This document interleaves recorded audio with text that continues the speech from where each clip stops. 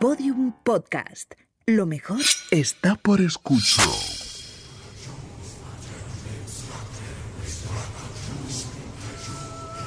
Elena en el país de los horrores.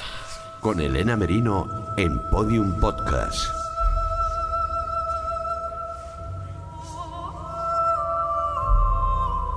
Hola, estimadísimos secuaces, ¿cómo están? Hoy, que es Día de los Horrores. En estos días estoy trabajando, estoy actualizando algunas actividades que se quedaron suspendidas en el éter por culpa de la pandemia para volverlas a poner en marcha. Que, por cierto, espero poderlas anunciar dentro de nada y también espero que por su parte tengan una buena acogida. Pero bueno, lo que yo les quería contar es que, aunque no haga tanto tiempo, aunque apenas haga un par de años que esas actividades se quedaron en esa situación, llamémosla en barbecho, cuando las hemos retomado para actualizarlas, produce vértigo comprender cómo hemos cambiado en ese tiempo, cómo ha cambiado la sociedad, cómo cambian las modas, cómo cambian las tendencias, cómo de rápido nos hemos reeducado a nosotros mismos, cómo ha cambiado la política, para bien y para mal, lo tolerable, lo admisible. Donde más se nota toda esa velocidad, obviamente, es en la tecnología. Siempre es en la tecnología. Sobre todo porque hay una tecnología de usuario al alcance de cualquiera de nosotros, porque no se trata solo de dispositivos que pueden requerir inversiones muy altas, sino también de software, y de software gratuito, con el que podemos experimentar o con el que podemos trabajar incluso, y que lo ha cambiado todo. Cambio, cambio, cambio, esa es la palabra. Y promete hacerlo mucho más.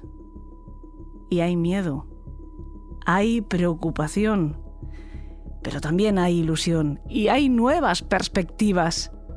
Y hay a quien no le da tiempo a asimilarlo todo.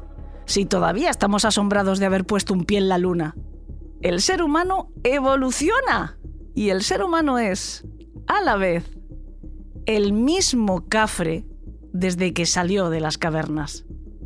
Porque si en algo no ha cambiado, si en algo no ha evolucionado, si en algo encontramos aún un refugio creepy para aquellos a los que el progreso les causa angustia existencial, es en el asesinato. Aclaro que esto último es ironía, por si acaso. Hace un año, en enero de 2024, en Enoch, en Utah, un hombre de 42 años, Michael High, mató a tiros a su esposa Tausa, de 40, a su suegra Gail y a sus 5 hijos, 3 niñas y 2 niños, de edades comprendidas entre los 4 y los 17 años, y después se suicidó. Parece ser que el móvil para este asesinato fue que ella había solicitado el divorcio. Pues hace 62 años, aquí mismo en España, en Madrid, se habló de un suceso similar durante semanas. Rectifico. Se sigue haciendo a día de hoy. Prueba de ello es que nosotros lo vamos a hacer a continuación.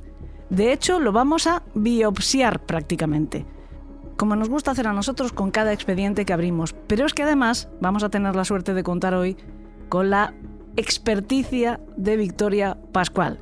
Ya la conocen. Ella es criminóloga, socióloga, pero lo más importante, ella es una gran divulgadora o una gran maestra de la que aprender.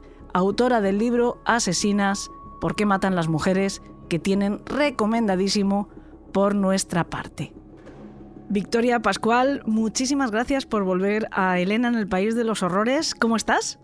Hola Elena, ¿qué tal? Pues como siempre encantada de estar aquí contigo y con tus oyentes. Además, vienes a tratar un tema, a mí me encanta cuando en el programa rescatamos viejas glorias, viejos expedientes de esos que se hicieron grandes, muy grandes en el periódico mítico El Caso. Aunque, bueno, a mí de vez en cuando me gusta también poner un poco en cuarentena El Caso, ¿eh? Porque lo hemos mitificado mucho y, bueno, de vez en cuando merece una revisión.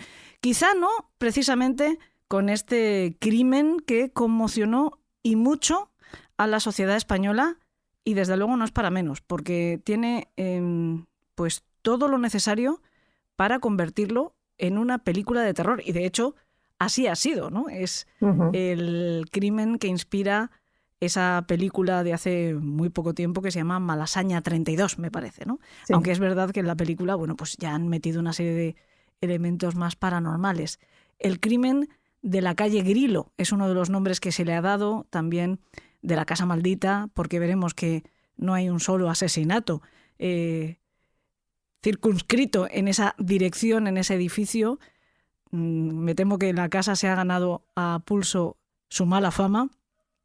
El crimen del sastre es otro de los nombres y es una sugerencia que nos hiciste tú. Sí, así es. A mí es que me maravilla la concatenación de sucesos criminales que ha habido en este edificio o en los alrededores del edificio. Es una calle muy pequeñita de Madrid, muy céntrica para aquellas personas que no la conozcan. Apenas tiene 40 metros de longitud y estamos hablando pues, de un lugar y concretamente de un edificio, pero ahora vamos a ver que también podemos ampliar un poquito ese radio. Pues estamos hablando de un edificio que ha albergado distintos crímenes que además, desde el punto de vista criminológico, son todos distintos, con lo cual todos aportan información diversa y prácticamente no hay similitudes entre unos y otros, con lo cual pues es la verdad de gran interés y curiosísimo que haya sido así en tan poco tiempo y en un sitio tan pequeño y tan concreto. Esto convierte el tema de hoy en casi de interés para un programa como el nuestro, que se centra pues básicamente en la crónica negra, pero desde luego para los programas de misterio más clásico, ¿no? Más, iba a decir más ortodoxo, pero casi en el misterio no puedes utilizar esa palabra, no es más heterodoxo desde luego, pero es verdad, ¿no? Al final esa pregunta eterna que se hacen siempre, si los lugares pueden atraer el mal, pueden tener alguna clase de energía extraña que no podemos ver ni tampoco explicar, porque es cierto que normalmente se explica lo que ha ocurrido en esa dirección concreta, ¿no? Uh-huh. De la calle en concreto, el edificio en concreto, donde se sitúa el crimen del sastre, ese que estoy señalando yo que aparecía en los titulares del caso. Los periodistas del caso después investigaron porque, bueno, pues al final había que convertirlo en una especie de serpiente, ¿no? El propio asesinato que llenó esos primeros titulares y bueno, pues encontraron un crimen anterior, unos años después hubo otro asesinato, pero bueno, los periodistas siguientes, las siguientes generaciones han ido más allá y han hecho también lo que tú has hecho, esa labor un poco de hemeroteca, y han ido encontrando pues en el portal otro caso, pues en la calle otros hechos luctuosos y al final, jolín, es un vórtice, un vórtice del mal. Sí, La calle Grilo, no sé si es un punto para evitar o pues para pasar un poco rapidito, me sabe mal, porque allí habrá vecinos que habrán vivido muy felices toda su vida. Y a lo mejor si nos fijamos en cualquier otro punto de la ciudad, pues empezamos a rascar y como en cualquier sitio va sumando y las cosas, pues bueno, pues al final salen. Pero es que, jolín, en la calle Grilo. Sí, es así. La verdad es que me leía, preparando el programa, pues me leía las declaraciones de la persona que actualmente vive en la casa, ya no solo en el edificio, sino concretamente en el piso en el que tuvo lugar el caso principal que vamos a desarrollar, entre otros, que es el caso del sastre de José María Ruiz Martínez. Hay una persona que vive ahí y que nació ahí. Los padres de esta persona ya fallecidos pues compraron el piso muy poquito tiempo después del último asesinato, conocían la situación y bueno, pues eran personas que no le dieron importancia y bueno, tuvieron ahí a su hijo que felizmente ha vivido ahí toda su vida y ahora que sus padres han fallecido, pues ha regresado a ese piso que tiene en propiedad y bueno, él abre sus puertas y cuenta que para él es su casa y que nunca ha tenido ninguna circunstancia extraña o adversa, pero tiene que ser curioso, cuanto menos vivir en una casa en la que sabes que tantas cosas oscuras, ¿no? y cruentas han ocurrido. Seguramente al pobre le darán más la lata los vivos que los muertos. Sí, la verdad es que sí. Tiene que tener mucha gente llamando a su puerta. Pero bueno, ¿te parece? ¿Cómo quieres que lo contemos? ¿Quieres que contemos de atrás a adelante, empezando por ese caso quizá principal, el que al final le da a conocer la ubicación, el lugar? Me parece perfecto. Vayamos con ello si quieres, ¿sí? Nos podemos situar en 1945. Bueno, querías hablar primero, perdona, de 1962, José María Ruiz Martínez, ¿verdad? Uh-huh. Pues con él vamos. Este hombre tenía una sastrería, parece que las cosas le iban bastante bien. La sastrería no la tenía exactamente en la misma dirección donde vivía. Él tenía un par de pisos, no sé si de propiedad también o en alquiler, en la calle Luna, que está relativamente cerca, si no me equivoco. Uh-huh. Y tenía una familia aparentemente feliz, 5 hijos con su mujer, todo le marchaba bien. De hecho, estaban haciendo como una segunda vivienda vacacional en Villalba, un chalecito, y quizá dicen que por ahí vinieran los problemas que además nadie estaba intuyendo, que nadie estaba suponiendo que existían. El caso es que ese día, esa mañana festiva, muy temprano además, cuando en la calle Antonio Grilo no había prácticamente nadie, salvo unos turistas que estaban esperando el autobús que les iba a llevar probablemente al Valle de los Caídos, se escucharon unos gritos que provenían de un balcón de ese inmueble, y cuando miraron hacia arriba, hacia donde provenían este vocerío, se encontraron lo más horrible, horripilante que se podían ni siquiera haber imaginado y que cualquiera de nosotros se podría esperar.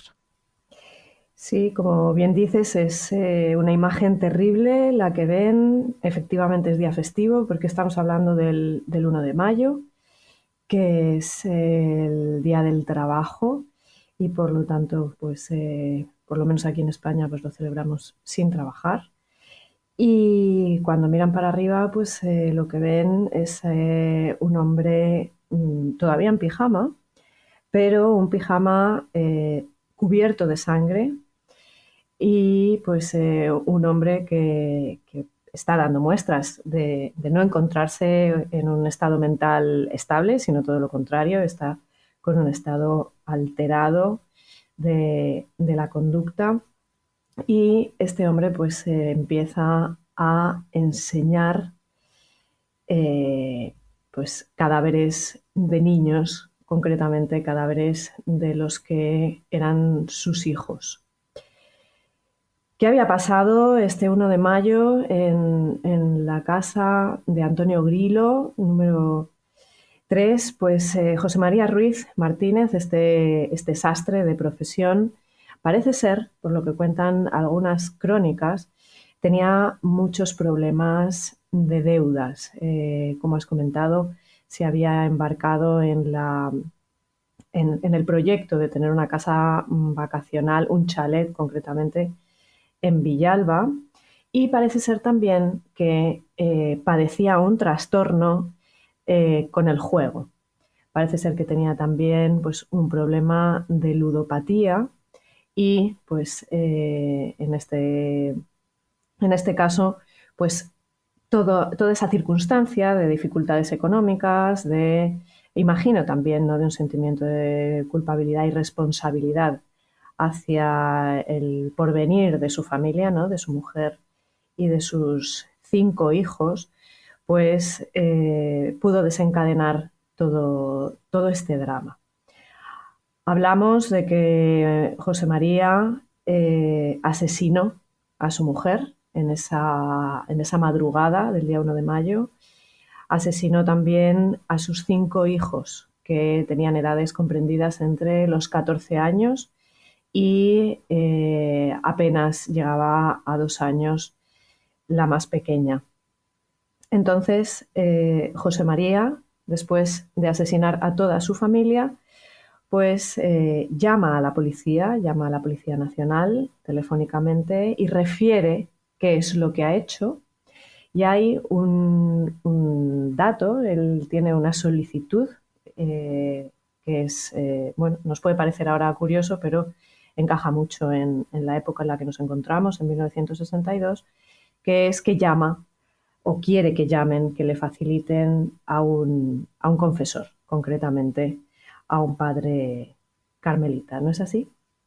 Sí, creo que es la propia criada, ¿no? La chica que hacía las labores del hogar, la que tiene que salir corriendo, le acompaña además una patrulla de la Policía Nacional para ir a buscar a ese confesor, a un fraile, y el hombre intenta que José María tire la pistola, porque él está armado desde el balcón de la casa de enfrente. La calle Antonio Grilo es muy estrechita. Ahora enfrente ese inmueble no existe. Creo que por lo menos echando un vistazo por Google Earth, que es lo que yo creo que hacemos todos cuando empezamos a retomar el contacto con alguno de estos crímenes, yo al menos necesito un poco ubicarme, ¿no? Y además te voy a hacer una cosa, con la de veces que voy yo a Madrid, te puedes creer que nunca he pasado por la calle Antonio Grilo. No sé si es por si acaso. Mira que es además, por alguna razón, una de las zonas que más frecuento, porque casi todas las cosas que yo acabo haciendo en Madrid o que me llaman para tener que ocuparme de alguna cosa, o es en Fundación Telefónica, o es en el Palacio de la Prensa últimamente, o es en donde tenemos los estudios de Podium Podcast, pues están donde está Prisa, que está también en Gran Vía, o tengo que hacer alguna cosa con Salvador y pues los alrededores de la zona de los cómics, en Omega Center, por ejemplo, que está también por allí, por la calle Luna, en fin, que son zonas muy frecuentadas por mí. Y cruzando una calle te encuentras con Antonio Grilo y no he pasado nunca. Pues fíjate, yo es que mi marido, antes de que nos fuéramos a vivir juntos, vivió ahí, no en Antonio Grilo, pero muy cerquita. Y bueno, la verdad es que la habíamos pisado con anterioridad, pero cuando yo paseaba por ahí no conocía este dato. Crimen, ¿no? Sí, sí. Pues el caso es que, bueno, pues yo tengo esa manía. Cada vez que me pongo con alguno de los casos que traigo al programa suelo buscar el escenario en Google Earth. Me da igual, de donde sea. Hace poco hemos estado hablando de crímenes en Alaska y ya ves tú, solo he visto blanco y blanco y blanco, ¿no? Pero tengo que hacer ese vuelo aéreo, ¿no? Tengo que hacer ese vista panorámica. Y al menos en la última actualización del Google Earth, el inmueble de enfrente ya no existe. Y desde ese balcón de delante, este fraile le pedía, ¿no?, a José María Ruiz que tirara el arma, precisamente para poder limpiar su alma, ¿no? Antes de escuchar su confesión era necesario que dejara esa pistola y entonces sí podía darle el perdón. Y él le decía, la respuesta que le dio el sastre es no, esto es para mí y Dios lo va a entender, ¿no? Y no hubo manera de convencerle hasta que se escuchó la detonación sin que pudiera efectivamente, ¿no?, escuchar esa confesión de el sastre, que al fin y al cabo, pues como quien dice, ya la había hecho, ¿no? Porque desde primera hora estaba gritando, enseñando los cuerpos de sus hijos, los he matado a todos, tenía que ser hoy, ¿no? Eso es lo que esos turistas escucharon. Tenía que ser hoy, los he matado a todos, ¿no? Sí, así es. Y bueno, pues al final los bomberos que estaban esperando recibir la orden de la policía de allanar esa vivienda, pues entraron a la fuerza y se encontraron el cuerpo de este hombre que se había descerrajado el tiro en la cabeza con una pistola que, por cierto, no era una pistola que estuviera registrada, era una pistola que tenía él, una 635 creo. Sí. Y bueno, pues lo primero que se encontraron fue a él, pero bueno, menudo escenario. Pues así es, el escenario era terrorífico, era dantesco. Estamos hablando de un asesinato múltiple que, bueno, pues empeora el cuadro, por decirlo de alguna manera, sabiendo que estamos hablando de un filicidio, de un parricidio, ¿no? De una persona que mata a su propia familia, ¿no? A las personas más cercanas y más queridas. Aquí tenemos que hablar de distintos términos que ahora iremos mostrando, pero veamos ese escenario. El escenario lo que muestra es a la mujer de José Manuel, que tenía 48 años, madre de estos 5 hijos, que la encuentran muerta en su dormitorio. No es el único cadáver que se encuentra en el dormitorio del matrimonio, porque dada la corta edad del último de sus hijos, de la última de sus hijas, está en el Moisés, en la cuna, también muerta, y parece ser que en esta ocasión el método, el arma, había sido un arma blanca, porque encuentran al bebé degollado.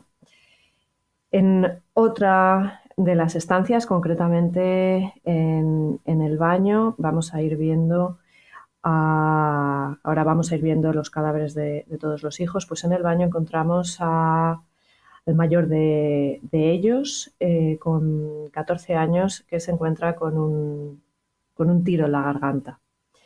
Este no es el único tiro en la garganta que vamos a encontrar. Otra de sus hijas, concretamente de 12 años, la siguiente, también será encontrada con un tiro en la garganta, pero en esta ocasión en la cama. Parece ser que el mayor que encontramos en el baño se había refugiado ahí para evitar, pues, que su padre acabara también con su vida, por lo que entendemos que había empezado ya a asesinar a otros miembros de la familia cuando va por este hijo mayor. Encontramos otros 2 hijos, una de 10 años, Susana, degollada, y otra de 5 años con un disparo, Dolores. Este sería el cuadro que encuentran los bomberos y también las fuerzas y cuerpos de seguridad, y es, pues, un cuadro lleno de sangre, con mucho dolor, porque, como decimos, pues al tratarse de familia, pues estos escenarios también, pues, emanan esa desesperación, pues ese estado en el que se encontraba, ¿no?, alterado José María. Es importante resaltar que en una de las crónicas, si no recuerdo mal, del ABC, hay un comentario, vuelca una opinión, un médico, que dice que José María sufría un trastorno ciclotímico.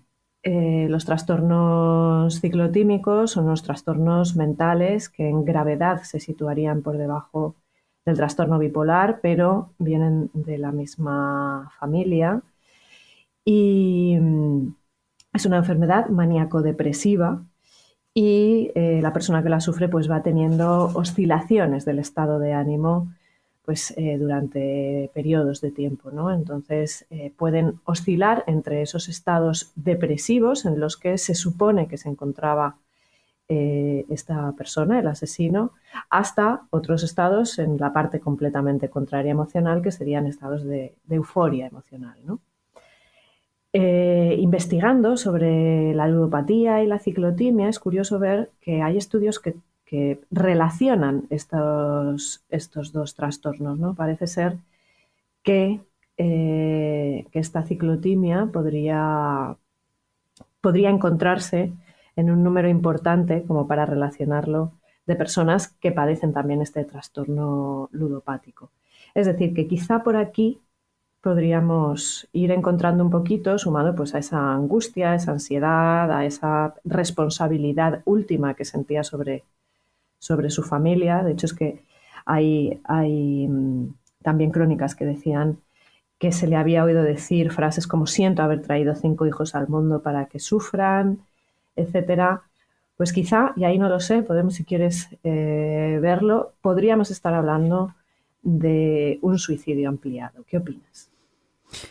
Pues con respecto a lo que tú estás comentando, parece ser que él tenía de hecho ese diagnóstico por parte de un médico porque se le detectó, él consultó a un cardiólogo porque se encontraba particularmente agotado, sufría depresiones y sufría apatía y pensó que era por algo cardíaco y este médico le derivó a un neurólogo, a Fernández Armayor, y este médico le hizo una primera consulta, le valoró en julio del 61 y le citó para un tratamiento ambulatorio en una siguiente cita a la que nunca asistió. Pero en el expediente de este médico sí que hay recogido justo lo que tú acabas de decir, ¿no? La declaración o la... ¿cómo decir? Lo que el propio paciente le contó de cómo se sentía en esa primera visita que le hizo, ¿no? Y entre otras cosas, además de decirle que se arrepentía de haber traído estos 5 niños al mundo, le dijo: todo es desengaño, desilusión, amargura en la vida. A veces me da la idea de suicidio para liberar a todos y que dejen de padecer en este mundo. Es decir, había ya como una especie de anuncio en ese momento de depresión que estamos diciendo, ¿no? que hay en este valle, montaña, que es esa enfermedad maníaco-depresiva. Ya había como un vaticinio de lo que podía ocurrir y de hecho ocurrió 10 meses después de esta visita y porque desgraciadamente no volvió.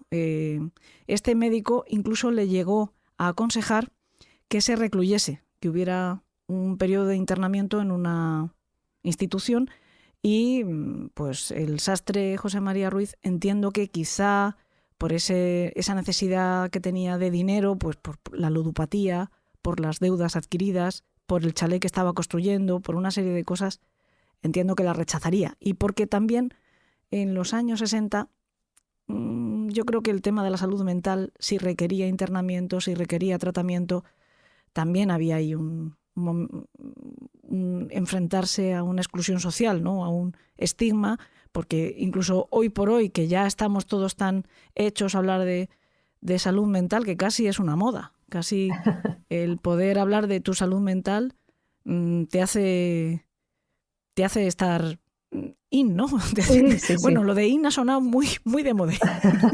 He quedado muy mal. No, por favor. Pero es verdad, ¿no? El poder hablar de tu propia salud mental te hace ser alguien casi mejor, ¿no? Pero en los años 60 y hasta hace 4 días, como quien dice, era un verdadero estigma el tener algún problema de salud mental, ¿no? Y entiendo que eso le produjo al sastre un verdadero rechazo a la idea de tener que internarse, ¿no? Porque el estigma no solo era para ti, era también para tu familia.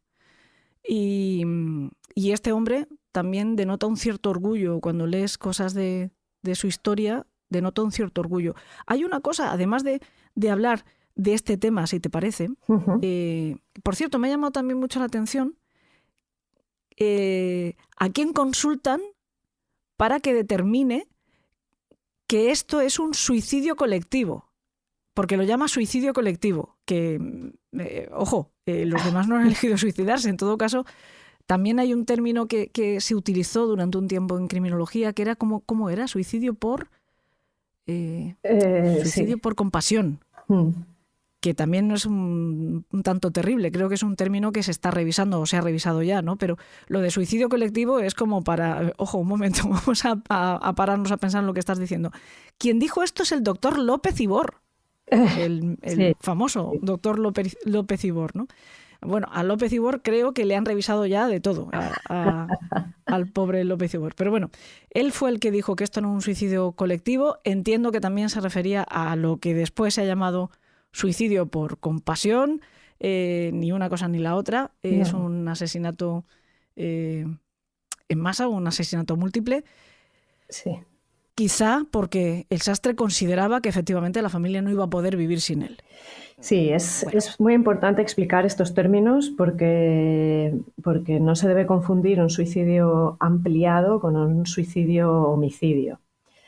Y de hecho, en muchas ocasiones, sobre todo, por ejemplo, en violencia de género, se usa suicidio ampliado cuando no lo es. Y por eso es importante 2 líneas de cada definición para que nuestros oyentes sepan identificarlo. Hablamos de suicidio ampliado cuando no ha habido ningún tipo de daño previo por parte del homicida a sus víctimas, es decir, no ha habido un maltrato previo, no ha habido, no le mueve el odio para realizar sus actos, no ha habido problemas, no son sus enemigos, sino todo lo contrario, ¿no?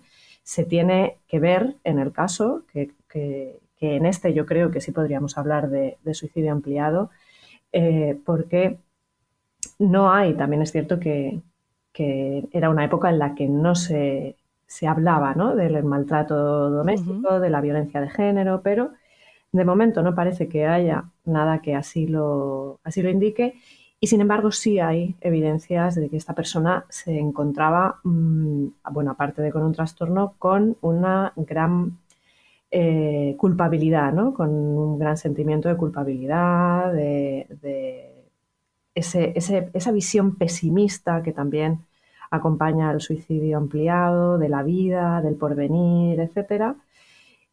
Entonces, esas son las características fundamentales, que es una persona que quiere a sus víctimas y que lo hace con una intención equivocada de liberarles de un pesar que él sí ve y sufre, ¿no?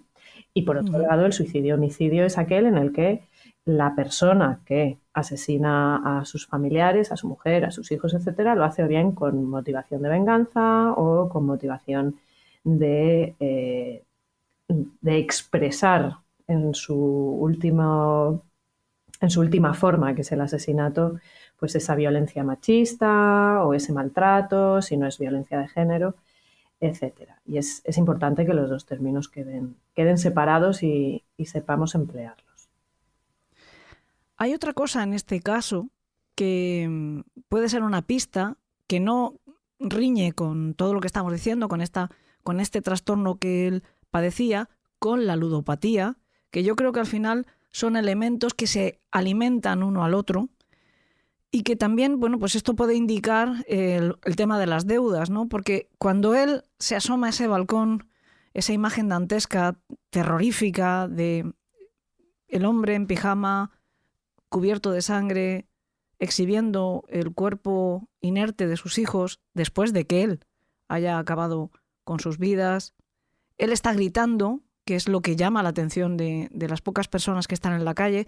Al principio, pocas personas. Después, el morbo hace que, pese a que sean las 8, las 9 menos algo de la mañana, pues bueno, pues haya condensado un montón de público allí, que la policía está manteniendo un poquito a raya, pero bueno, pues imagínate, ¿no? Como vemos en muchas películas representado.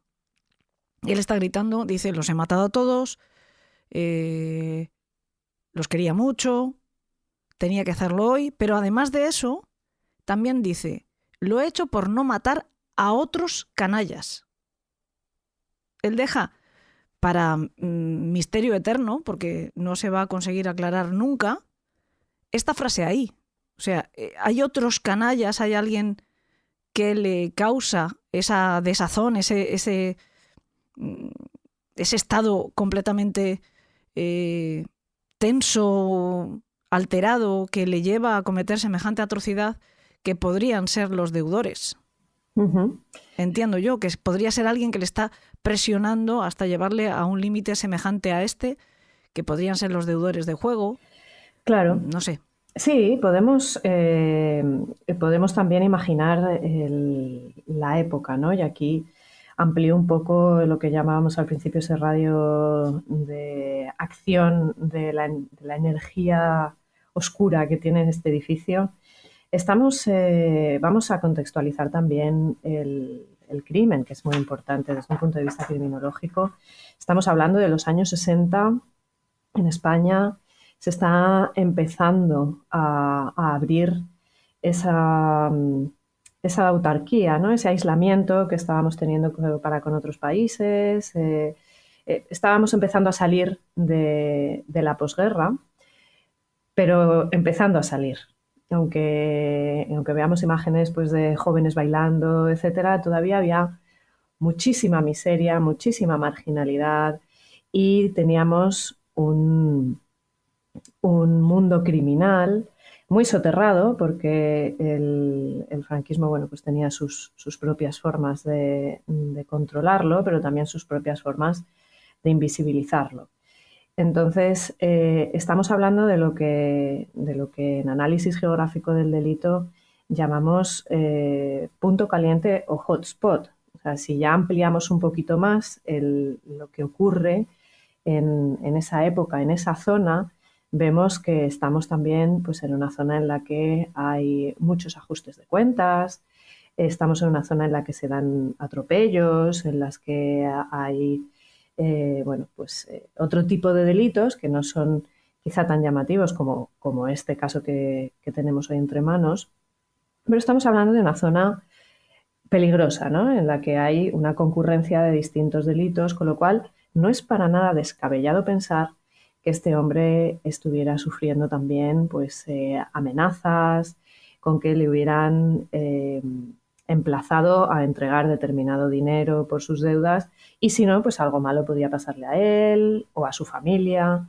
Hablamos de una época en la que es el hombre el que tiene la responsabilidad última en la mayoría de los casos de llevar ese recurso financiero al domicilio, con lo cual, con que le amenazaran a él y le dejaran fuera de combate, por decirlo de alguna forma, ponía a su familia en una situación probablemente muy desesperada. Entonces, pues no es para nada descabellado que también esta presión, ¿no? de verse amenazado pues fuera un estresor y fuera también pues un punto importante en su toma de decisiones criminales. Otro punto en el que me gustaría que pusiéramos el foco es el chalet inacabado en Villalba.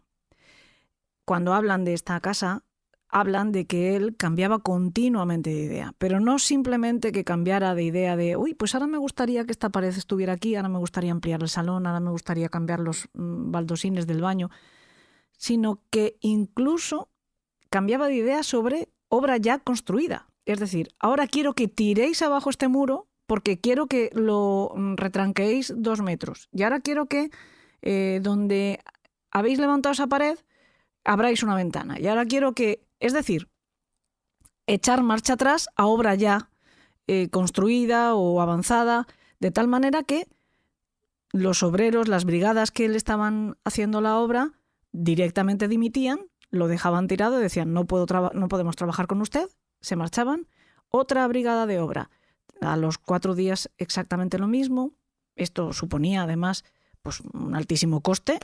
Hablaban de que se había gastado ya en esa obra 2 millones de pesetas. Hablamos del año 61, si no me estoy equivocando, o incluso anterior, porque en el 61 es cuando se comete el crimen. 62, ¿no? 62. Al 62. Uh-huh. Pues me parece que las obras son del 61 más o menos, que 2 millones de pesetas eran un dineral y él no cedía, él seguía R que R con esta cambio continuo de idea y además hablan de que las obras eran pues bastante monumentales, que él tenía aires de grandeza, que es a donde yo quiero llegar. Que en su cabeza, o sea, que había unas columnas en la entrada de este chalet, que se estaba haciendo algo como muy monumental, como muy grandioso. No sé si esto también nos puede dar una pista de su o personalidad o trastorno.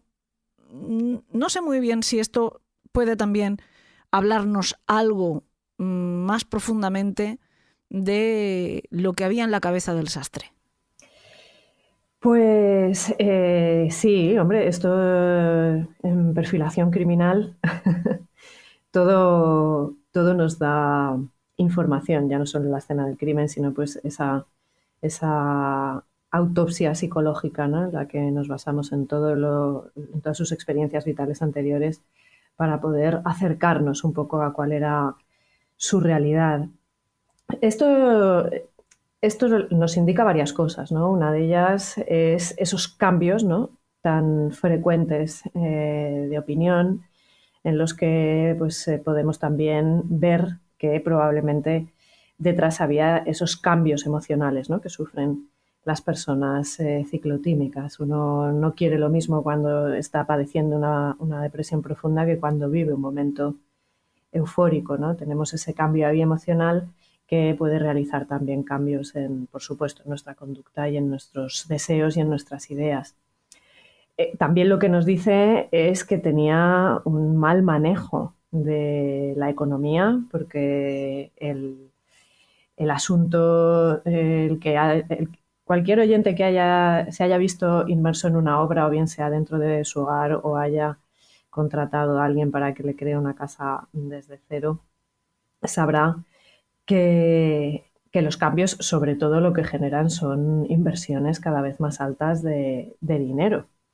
Entonces, estamos hablando de alguien pues, que tenía también un problema grave, ya no solo en relación a la ludopatía, sino un problema grave para manejar sus finanzas, ¿no? Y además, sin darle importancia a las consecuencias. Y esto es un punto importante porque tampoco debió poner en la balanza esas consecuencias que tendría, bueno, pues que son definitivas, que es cuando tú asesinas a una persona, ¿no? Las consecuencias que serían esos asesinatos y me imagino que también para esas víctimas que son los familiares de las víctimas directas, ¿no? Esas víctimas indirectas, pues que son pues, los familiares y las personas allegadas, etcétera, con lo cual también tenemos ahí ese punto de no planificar, de no mirar más allá de las acciones y deseos inmediatos, ¿no? Una persona pues impulsiva y con poca capacidad para poner en esa balanza las consecuencias. Y en cuanto a los aires de grandeza, bueno, pues ahí es bastante probable que estemos hablando de una persona que también tenía, sin ser yo, por favor, psicóloga ni psiquiatra, que es probable que tuviera pues una baja autoestima, tiene una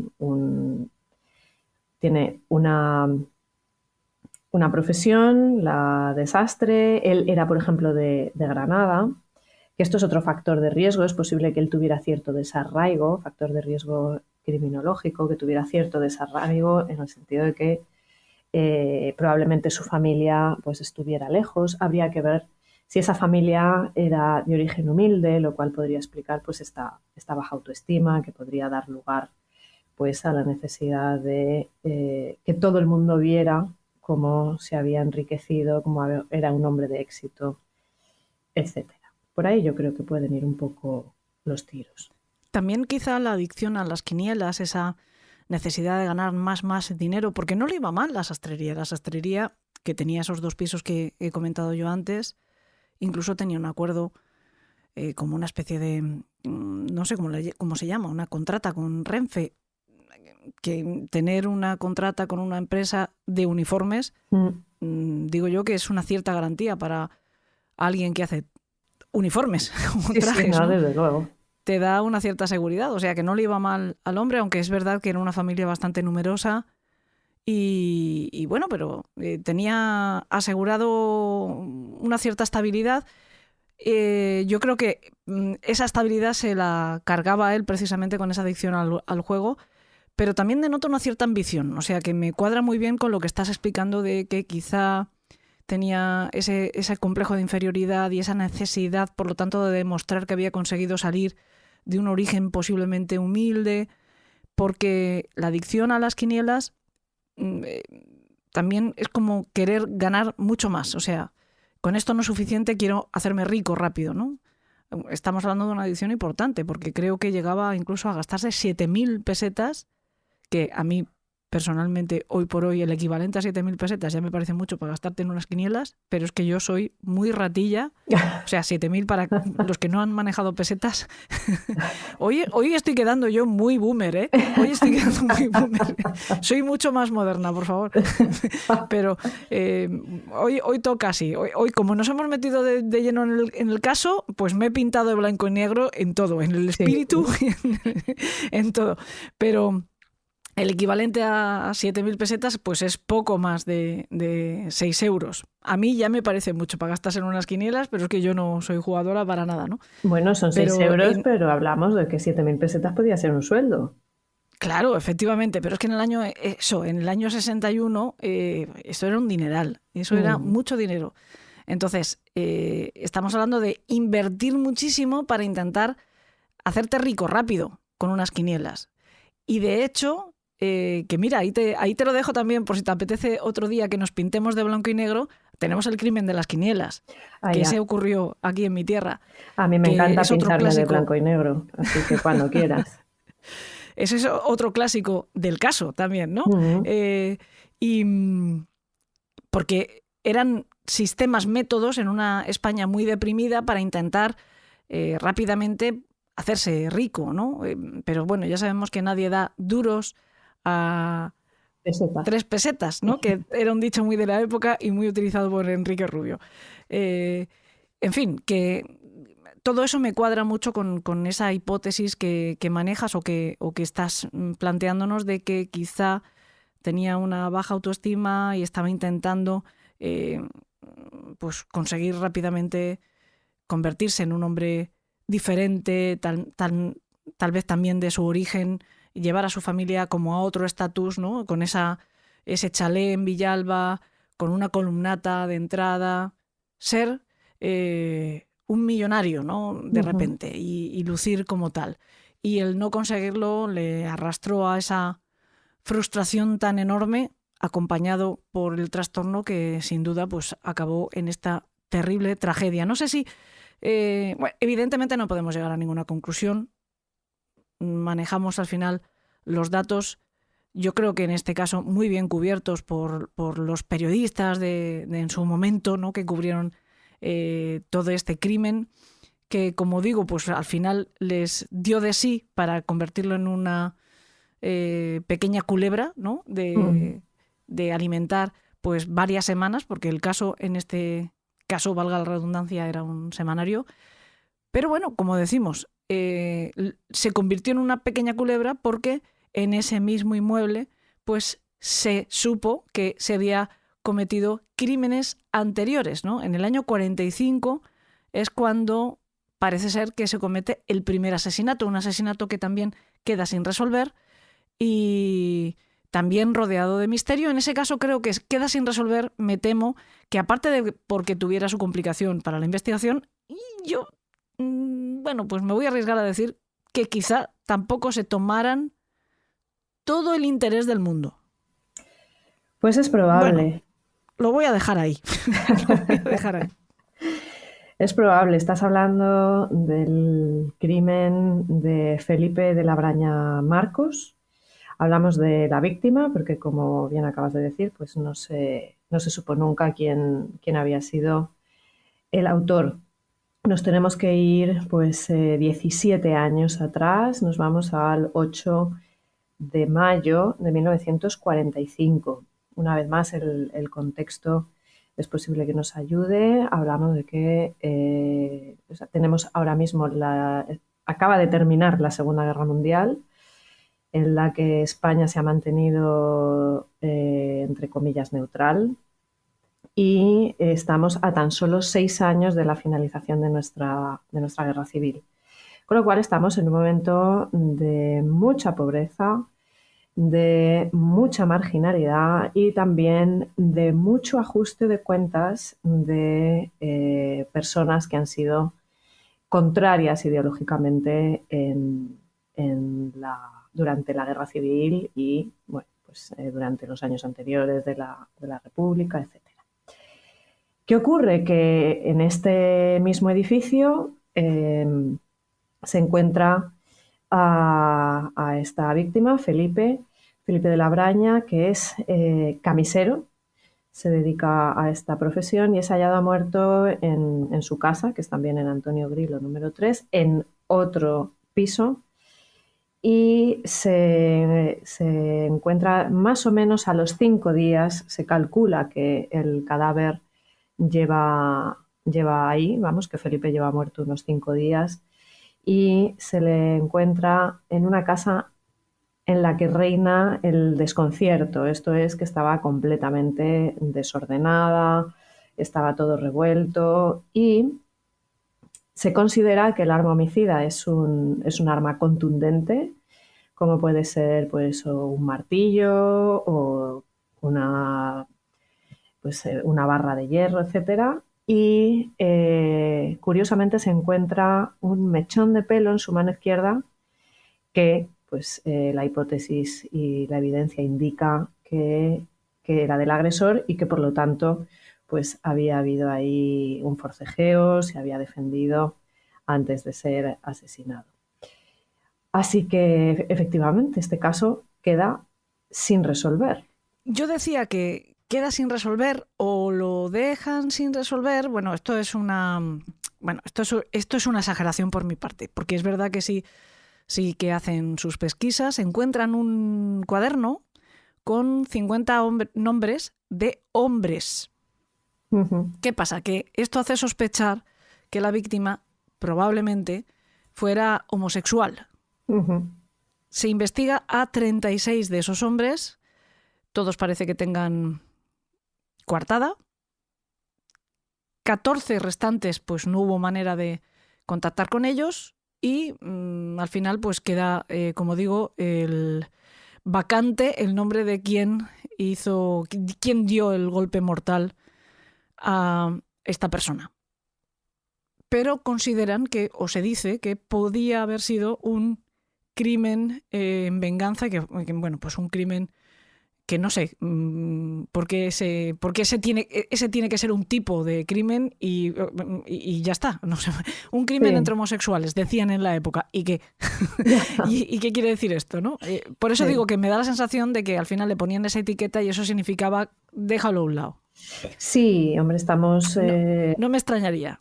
No, a mí tampoco. Y sobre todo en la época en la que estamos hablando, desgraciadamente siempre ha sido así y se está luchando desde el área de la criminología, que es la victimología, para que no haya víctimas de primera y víctimas de segunda, en ningún caso.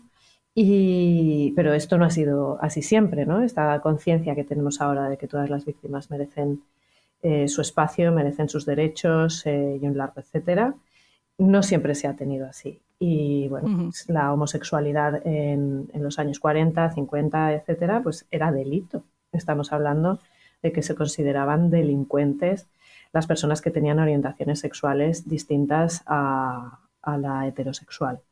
Entonces, aquí podemos abrir un abanico en realidad muy amplio. Es cierto que se tienen relativamente no, se tienen pocos datos, pero sí estoy contigo en que es un caso que más que probablemente se miró de puntillas. No había ningún interés en realidad en que esta víctima fuera resarcida. Entonces, bueno, ¿qué podemos abrir aquí? Podemos abrir un crimen pasional, podemos abrir un crimen por venganza, efectivamente. Podemos abrir un crimen por parte de alguno de esos hombres que o bien se sintiera traicionado porque no sabía que existían los otros 49 o porque le diera miedo que esta persona sacara a la luz la homosexualidad de alguno de ellos o un delito de odio. Por supuesto, podemos seguir abriendo el abanico, ¿no? Podemos pensar que fue un robo, podemos pensar que fue un ajuste de cuentas porque tuviera deudas, etcétera. Pero sí, es un crimen que nada tiene que ver con el anterior con el que hemos estado hablando, ya no solo, por supuesto, en que no tienen relación alguna entre ellos, sino porque las características son absolutamente distintas también. Bueno, tiene un rasgo común que es como traído muy por los pelos.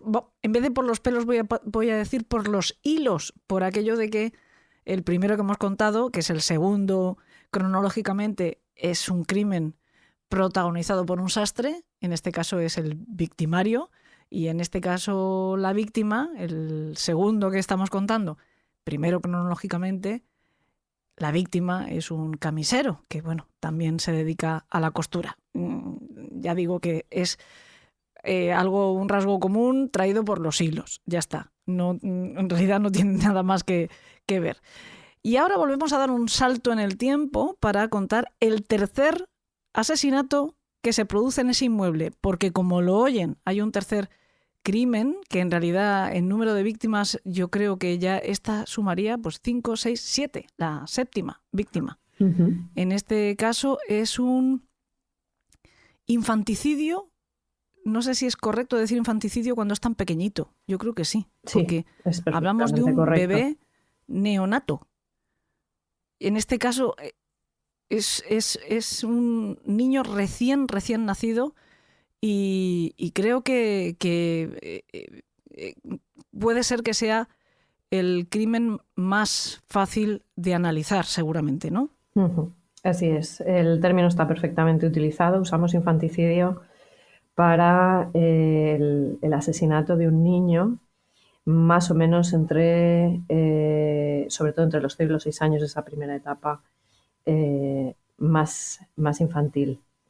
Pues solo 2 años después, estamos hablando de abril de 1964 y hablamos de la homicida Pilar Agustín Jimeno. Esta mujer que vivía en el primero, a diferencia de, por ejemplo, el sastre que vivía en el tercero, asesinó a su hijo recién nacido, es decir, dio a luz. Estamos hablando también de una época en la que era bastante normal dar a luz en casa, bien con la asistencia de algún familiar o con la asistencia de alguna matrona que acudía, aunque ya se iba normalizando el parto en hospitales, pero todavía quedaba esa reminiscencia de tiempos anteriores en las que se podía, en la que era normal, ¿no?, tener a los hijos en casa. Y bueno, pues esta mujer asesina a su hijo con sus propias manos, según ella confesó más adelante, para ocultar la deshonra, ya que había tenido un hijo fuera del matrimonio.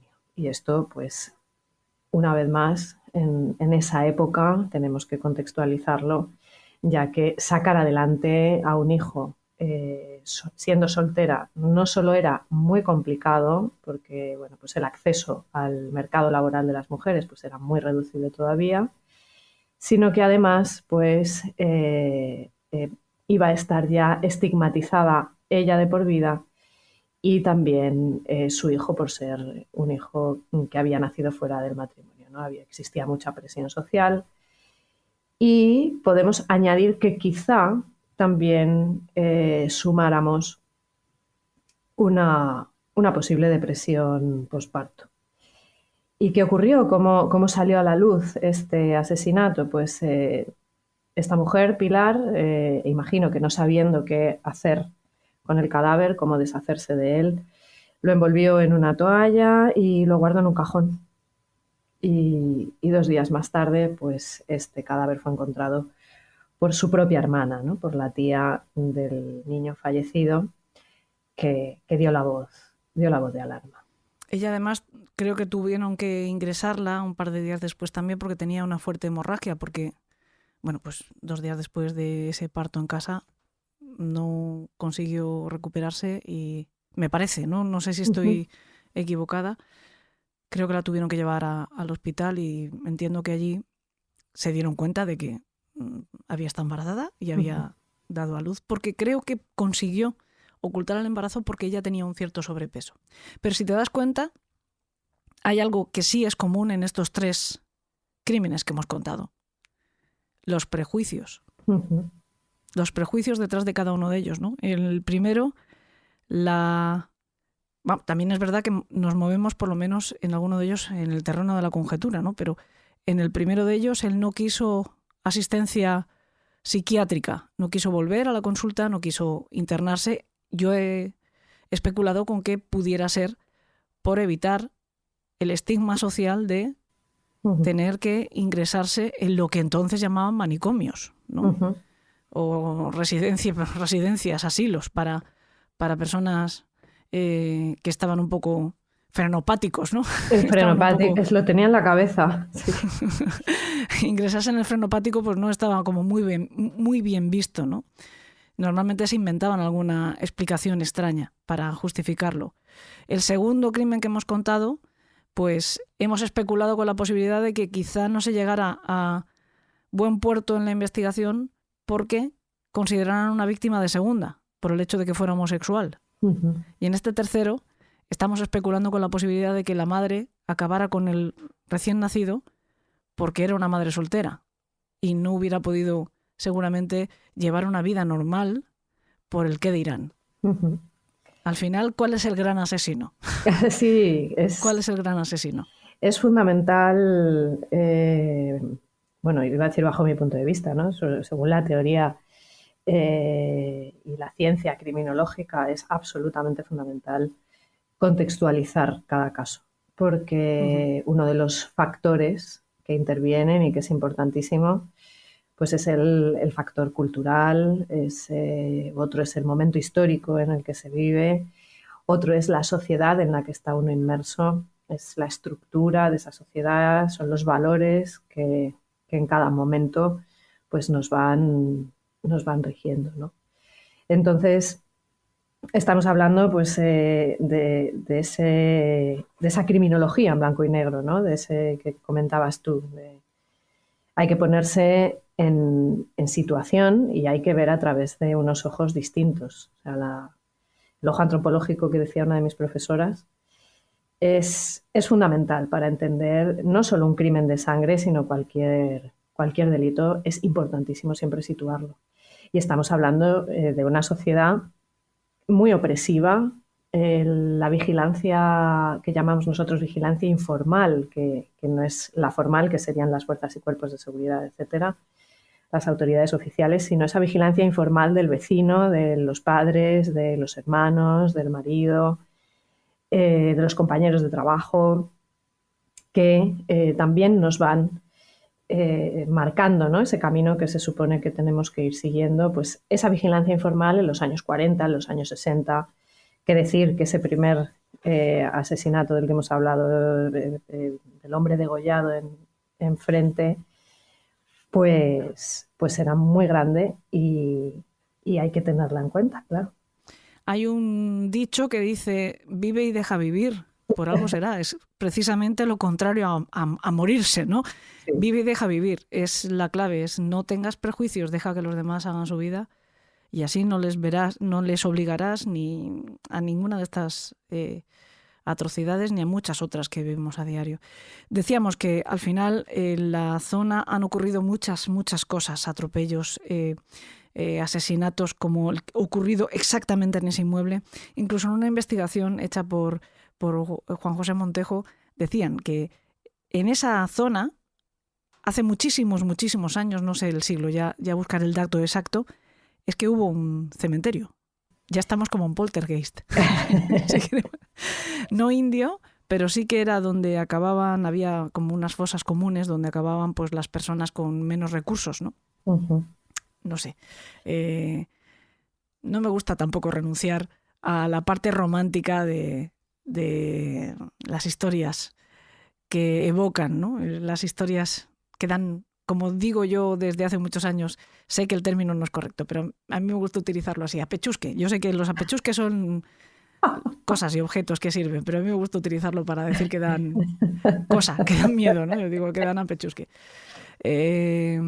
Me gustan esos, hablando de contextualizar ya, no hablando en serio, sino de forma más romántica, ¿no? Contextualizar y que existan estas zonas donde empiezas a hurgar y a buscar y acabas topándote con huesos. Bueno, no renunciemos a ese lado, como digo, romántico gótico, ¿no? Que sí. Parece también chulo, ¿no? Y que tú De has, acuerdo. bueno, pues también ha sido la razón por la que has elegido la historia de los crímenes de Malasaña, que me acuerdo que cuando me dijiste, oye, los crímenes de Malasaña, yo dije, no me suena. Y fuimos acotando hasta llegar a Grilo. Dije, hombre, Grilo sí. Grilo sí me suena. Sí, es En fin, así. Victoria, que bueno, que a mí me encanta que vengas al país de los horrores, que cuando tú quieras. Yo ya sabes que estoy encantada, las invitaciones son siempre súper bienvenidas porque de verdad que es siempre una charla muy amena. Y Muchas además hay una cosa que a mí me parece más que importante, iba a decir interesante, no, es un grado superior, es importante y es ver cómo podemos aprender de criminología, hablo, criminología, que es mucho más que crónica negra. A mí me gusta mucho hacer crónica negra, pero me gusta más aplicar la criminología a la crónica negra. Sí, Con historias tan antiguas como esta.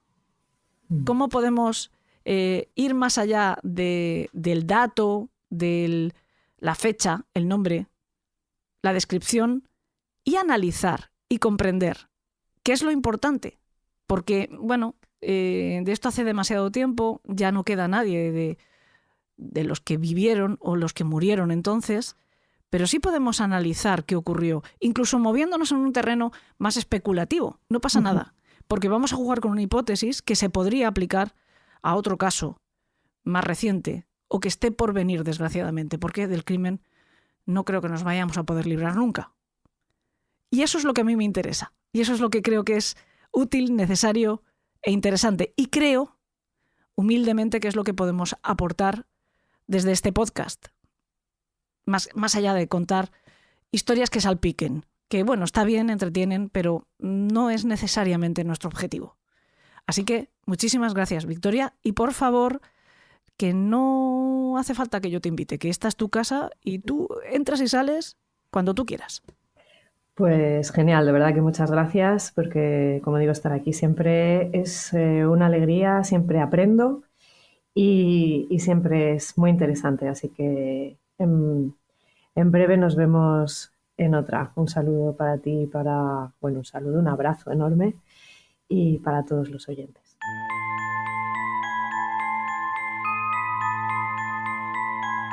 Elena, en el país de los horrores. Con Elena Merino en Podium Podcast. Hablando con Victoria, hemos comentado que este caso inspira una película que se hizo bastante famosa en nuestro país como película de terror, que es Malasaña 32. Y ya saben, todos nuestros secuaces, ya saben ustedes, que cuando aquí mencionamos una película, pues invocamos al espíritu de nuestro prescindible para que nos cuente todo lo que podemos saber, o al menos algunas cosas que podemos saber sobre ella. Imprescindible, he dicho imprescindible, se me ha escapado, será el subconsciente. Es que es Salvador La Roca. es la puñetera verdad, pero bueno. ¿Cómo estás? Muy bien, muy bien. Un poco fastidiado, la verdad, porque ¿Por qué? esta mañana me he levantado con una noticia que, aunque pasó el jueves pasado, no sé de este programa cuando lo pondrás en antena, pero básicamente murió el jueves pasado Carl Weathers, el mítico Apollo Creed de la saga Rocky. Oye, vaya entrada que has hecho. ¿Por qué? Más de mal agüero, jolín. Ah, de bajona, dices. Sí, muy bajona, sí, sí. ¿Quieres que repita? No, hombre, ya no. Ah, bueno. No, hombre, Jolín, qué pena. es que me ha sabido mal porque le tengo cierto cariño al personaje. También salían de Mandalorian, también fue Dillon en Predator. O sea, que es un tío que ha hecho películas que han pasado a la historia del cine, ¿no? Y Sí. quieras que no, pues te sabe un poquito mal. Y últimamente, pues eso, lo rescataron al personaje en la serie del Mandalorian y bueno, tenía su sitio. Y pues eso, nada. Pero bueno, vamos a cosas más alegres. Voy a hundirnos más en el hoyo. ¿Sí? Sí. Hay muchas veces que cuando empiezan a estos años o empezamos a recibir noticias de actores, actrices que van muriendo y oyes ese comentario de jolín, vaya años, están cayendo como moscas, Hombre, ¿no? es que es tienen una edad, ¿eh? el dicho castizo, claro, tienen una edad y sobre todo nosotros también. Entonces, nos da la sensación de que caen como moscas porque son los que protagonizaban las películas que han marcado nuestra adolescencia o nuestra juventud. Y es que nosotros nos estamos haciendo mayores también. Sí, pero al final tu pellejo es tu pellejo y quieres que no. El otro día también se murió David Soul, el protagonista de la serie Starsky Hutch, que fastidia, porque yo me lo he pasado muy bien con esa serie de chaval, entonces pues te da un poquillo de cosa, ¿no? Que sí, bueno, sí. David Soul no hacía nada. Mi vida no va a cambiar. Es como si, yo qué sé, el Valencia gana la Supercopa mañana, pues ya, mi día siguiente va a ser trabajar igual y hacer las mismas cosas. Entonces, pero sí que los incorporas de alguna manera a tu panteón, no sé, son como esos dioses familiares orientales, ¿no? Pues son tus pequeños... son tus ídolos de juventud y de infancia y son tus referentes. Es algo que también, mira, es un debate interesante que yo creo que tiene incluso cabida en el País de los Horrores y es algo que tú y yo hemos hablado a veces en privado en esas sesiones de cine. De cine, viajes, coche, cine, sí.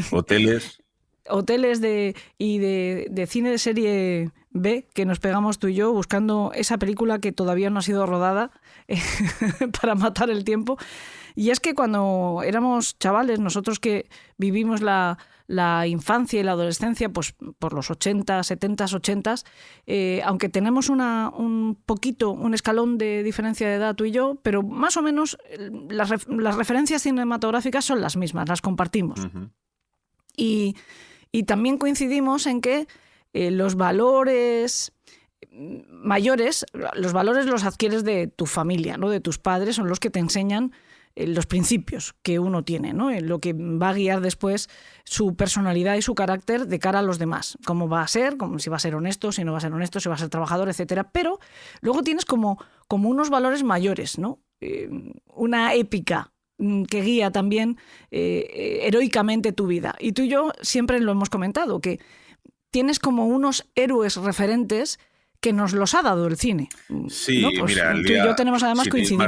Sin ir más lejos, el día que palme Harrison Ford, a mí me vas a ver más mal. Yo voy a hacer un funeral. Me vas a ver más mal. Voy a guardar luto. Claro, es que pasa eso. A ver, no estamos hablando de calidad actoral aquí en esto, ¿no? O sea, porque Sylvester Stallone o Arnold Schwarzenegger no son los mejores actores del mundo, pero han hecho un cine muy molón en los 80 y quieras que no, que es el con el que tú has crecido. Entonces le tienes ese rinconcito de tu personalidad de decir, pues, no sé, volveré. No, pero yo creo que más que los actores en sí, hablamos también de los personajes que han representado, ¿no? Y esos personajes tenían una personalidad, tenían un carácter, tenían unos valores, tenían unos principios y eran referentes para nosotros. Nosotros aspirábamos, nos vestíamos como ellos, etcétera. Incluso hoy por hoy, pues oye, algunos merecen una revisadita, ¿no? Porque sí, tenían cosas buenas, pero algunas bastante malas que entonces a lo mejor no sabíamos ver. Pero, sí, en cualquier caso, a lo que yo iba... Pertenecen a una época y esa era la época que había. Pero que tenían, al fin y al cabo, unas cualidades bastante interesantes, heroicas, épicas, tal.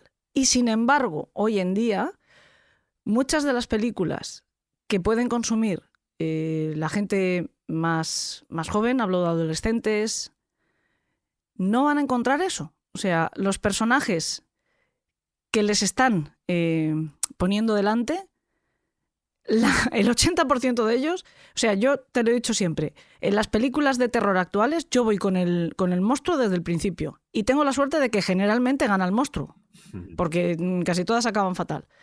Porque los personajes humanos que van a enfrentarse al mal, al momoño oscuro y chungo, son peores que el momoño oscuro y chungo. Sí. Son psicopáticos, son terroríficos, son niños que hacen bullying, pero que luego la víctima del bullying es incluso peor. Son tremendos. O sea, se ha perdido por completo la buena amistad, el ayudar al prójimo, estos valores que nosotros consumíamos. Me estoy yendo completo. Íbamos a hablar de Malasaña 32 y me has tocado las castañuelas y yo me he puesto Antes los héroes representaban todo lo bueno que podía tener un héroe y el malo era todo lo malo. Hoy en día es todo más tintas intermedias, es todo, casi todo más gris. Todo el mundo tiene los pies de barro, etcétera, etcétera. Ay, qué pena. Pero bueno, a mí me sigue gustando, porque el cine, lo que tiene de bueno el cine es que no implica nada luego. Que decir, tú ves una película en donde el bueno arrasa un alienígena de 3 metros superpoderoso y te parece normal y te mola. Pero en la vida real nunca sería así, pero ¿y qué más te da, no? Quiero decir, Mira. al final, es que ahora se han empeñado, por ejemplo, en hacer muchas películas donde muere el chico al final, ¿no? El héroe muere, paga con la vida el haber sido un héroe. Y a mí me parece muy injusto, pero bueno. También te digo que eso es lo mejor que puedes hacer para animar a nadie a ser un héroe. O sea, tú le dices, mira, vas a ser un héroe, pero vas a morir. Pues no me llames. A mí no me llames. Me está saliendo un programa, ya se lo estaba diciendo antes a Verónica, en el que estoy quedando yo muy, muy, muy apolillada. Porque antes ya quedaba yo como muy antigua y muy vieja y muy apolillada y muy llena de puntillas. Y ahora estoy quedando igual. Necesito hacer algo muy moderno para resarcirme. De verdad, esto no puede ser. Salva, vámonos a Malasaña 32. Que, por cierto, se puede considerar un poco nuevo terror, aunque ya tiene unos años la película. Y esto va muy rápido, ¿eh? Esto nos reinventamos rapidísimamente. Es del año 2020 y la dirigió Albert Pintó, que ha hecho alguna otra incursión en temas así de cine de terror y tal. El director de Barcelona, de Cataluña. A mí hay una cosa que me gusta mucho y es que España fue, en su día, hace ya unos cuantos años, como una pequeña potencia en cine de terror, que al final quedó un poquito en agua de borrajas, se fue apagando. Estaba Paul Naschy, entonces... No, yo te hablo, en la época de Paul Naschy sí, después volvió a intentarlo y parece que efectivamente íbamos acertando con eso, se quedó en agua de borrajas y otra vez volvemos a estar despuntando. España, cada cierto tiempo, parece que despunta en ese género cinematográfico y ahora creo que otra vez lo están consiguiendo, de hecho, están haciendo... Creo que bastante buen cine de terror. Esperemos que esta vez, además, se asienten ahí y lo logren. Bueno, es que Amenábar, si lo dices por la época de Tesis y todo esto, de hecho, Orrec, son películas que se han hecho versiones americanas y han sorprendido. O sea, han sorprendido, bueno, como pasó también en su momento con el cine coreano, con las películas tipo de Ring, de Audition, de AI, todas esas, ¿no? Esto va por barrios, creo yo, y por temporadas, porque hemos sido los españoles, los americanos, los coreanos. Bueno, pues bien, a mí que me vayan dando, porque el género me encanta, como sé que te encanta a ti, y que me vengan producciones, pues me pone contento, porque así tengo algo que ver, porque si te pones a navegar por Netflix o por cualquier cadena de terror hay un montón, pero olvídate, si hay alguna buena, la has visto. O sea, no te encuentras esa joya escondida que dices, ¡ostras! Vaya tela, qué película, yo no lo sabía, ni de coña. No pasa. Lo que pasa es que con el terror pasa algo que no sé si ocurre en otros géneros, y es que el salto cualitativo es abismal. O sea, o es muy buena o es una castaña. Es que el terror es complicado. Medias tintas. El terror es muy complicado porque incluso... Pues yo no lo veo tan complicado. El terror malo... Tú puedes hacer una cosa intermedia. El terror malo hay en otras... puede hacer hasta reír. O sea, quiero decir, una peli mala de terror se puede convertir en comedia. Y eso pasa solamente con ese género. O sea, que puedas acabar... pues eso, abucheando, como yo vi en una ocasión en un cine de estos de barrio, descorchando botellas de champán cada vez que Jason mataba a alguien en una de las secuelas de Viernes 13, digo, de Halloween, ¿no? Pero bueno, el caso es que aquí tenemos una peli del año 2020 que utiliza todos los elementos del género de terror, ¿no? O sea, ya lo dice su director, que a él le gusta mucho ese terror clásico de las películas tipo Poltergeist o del final de la escalera, que aquí también tenemos una canica que baja botando escalones. Hay algunas referencias un poco veladas a las cosas que al hombre le han gustado, pero la verdad es que coincidió en época con la película de Verónica. Y en el pulso ese, porque tú sabes que aquí en España somos muy de uno u otro, ¿no?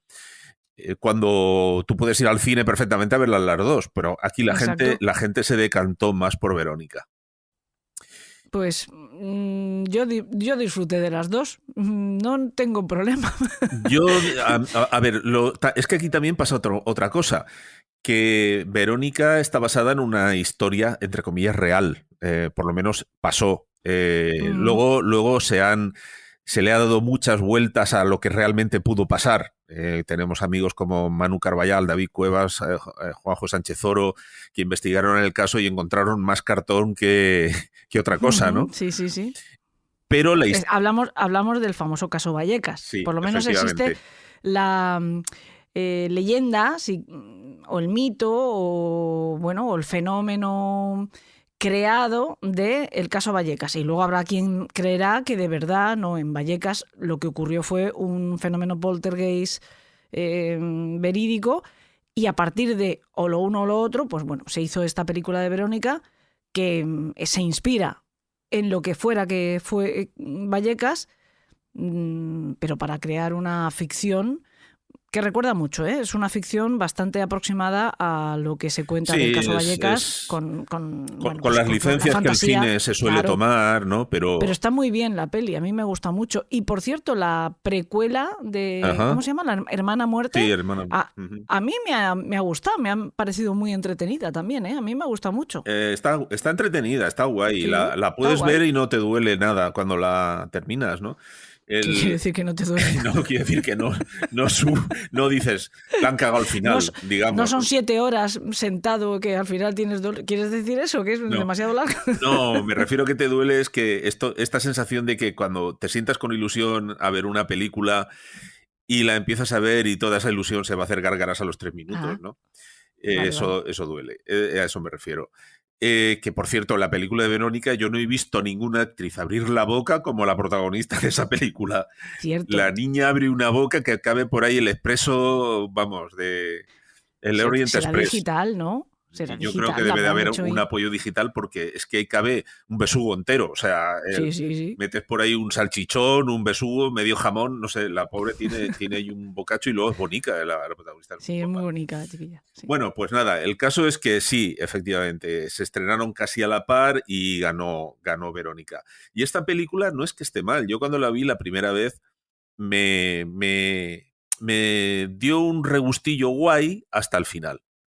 Porque no sé si contar alguna cosa ya es hacer un spoiler, una película que tiene 14 años, ¿no? Pero bueno. ¿14 tiene? No, 4, no. Perdón. 4. Hoy he dicho 14. No, jope, ¿qué años estoy yo? ¿Cómo 14? ¿No estamos en el 2034? Sí. Bueno. Yo de hecho, estoy hablando contigo a través de la mente, porque me han implantado... ¿No te he dicho yo que yo necesitaba algo moderno para resarcirme del programa que me estaba quedando? No, tiene 4 años. Yo respetaría, todavía no haría ningún tipo de spoiler. Sí que podemos decir que lo que creo que te refieres es que al final se pone un poquito espectacular de más y tanto a ti como a mí, que en eso también coincidimos, nos gusta el terror un poquito más sutil, cuando se trata sobre todo de terror referido a fenómenos paranormales, que es de lo que va. Que a ver, sí que no estamos a mí, haciendo por spoilers. ejemplo, cuando de chaval vi Poltergeist, cuando abren la habitación y ya está todo volando, me flipó. Pero hoy en día me parece ridículo, por ejemplo, ¿no? O sea, para mí Poltergeist ha envejecido mal en ese sentido. Es todo súper efectista, súper Hollywood. También hace poco veíamos El Exorcista 3, que es una gran película, y el director, que era William Peter Blatty, se quejaba de que Hollywood le había impuesto al final un poco una secuencia que hay al final, que con demonios, sí, que también hay mucho efectismo, ¿no? Y es que parece que es una especie de premisa, porque esta película la distribuye Warner Bros., aunque es de Bamboo Productions, ¿no? También pasa con la saga de los Warren, la última, que es la del Diablo me ordenó hacerlo. Madre mía, son los Avengers del terror. Sí, pero ellos ya venden eso en sus libros. Quiero decir, aquí la franquicia es que ellos son superhéroes de lo paranormal casi, ¿no? Pero es que en la última...